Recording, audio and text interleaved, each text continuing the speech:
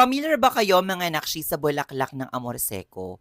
Yan, katulad niyang nakikita niyo na yan sa palibot ng mukha ng birhen na ito.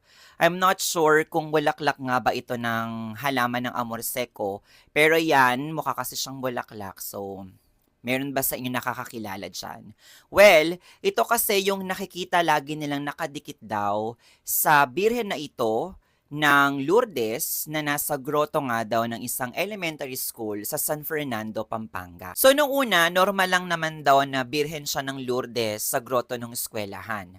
Up until napansin nga nila na nagkakaroon lagi siya ng amor seco dyan sa palibot ng face niya na yan at saka sa kanyang vestida. Doon na pumasok yung paniniwala nila na ito nga daw imahe ng Lourdes na ito ay naglalakad o naglalakbay or namamasyal, kung anong gusto nyong itawag doon.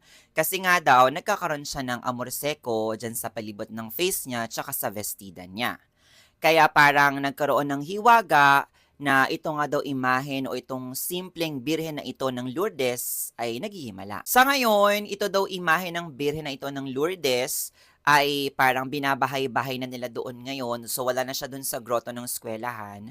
Parang nililipat-lipat na siya ng tahanan kung sinong gustong tumanggap sa kanya. Kayo mga nakshis, anong tingin ninyo or naniniwala ba kayo sa miracle ng image ng ito ng Birhen ng Lourdes? Or meron kayong alam pang karagdagang kwento regarding sa paniniwala or sa pangyayaring ito?